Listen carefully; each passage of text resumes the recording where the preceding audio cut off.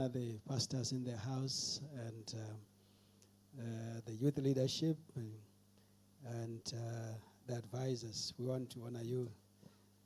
We left somewhere in the when we started. The reason why I am giving you what I am giving you is because towards the end of the conference, as we go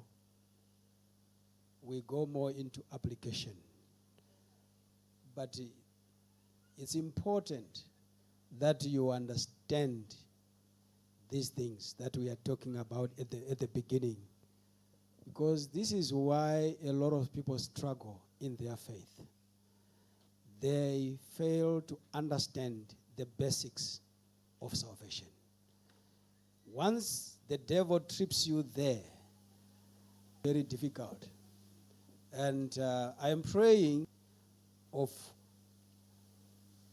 the reason why we are operating below our capacity, whether it's in business like our elder is talking about, is simply because we have not understood the man God created and his abilities and capacity. At what level you are supposed to operate, I can tell you that we are a force to reckon and we can change our world.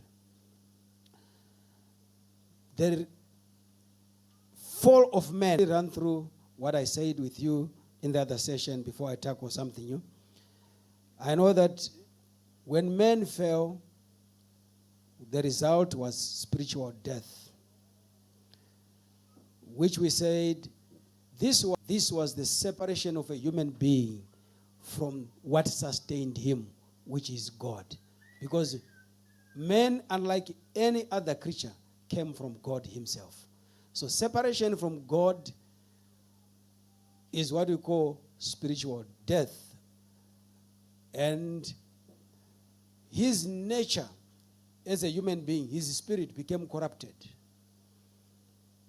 What was the result? Man lost fellowship with God. All of a sudden, the man who used to interact with God is running away from God. As God approaches in the garden, not only was there spiritual death, but physical death, which most of us we are familiar with, also happened. But physical death is actually a byproduct of spiritual death. And then if you also then don't repent before you physically die, you are eternally separated from God, which is the third form of death that happened.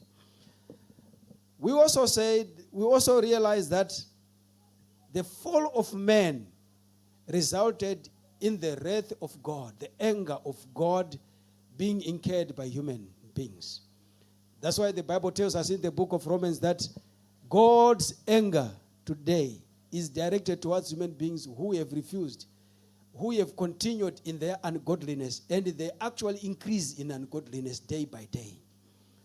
So that resulted in us incurring the wrath, the anger of God. We also then suffered one other consequence, that we came under slavery to the devil. We came under the slavery of the devil. He became our master when initially we were actually the master over the devil. But now the devil became our master, our ruler. He became in charge, not us, but even of the earth.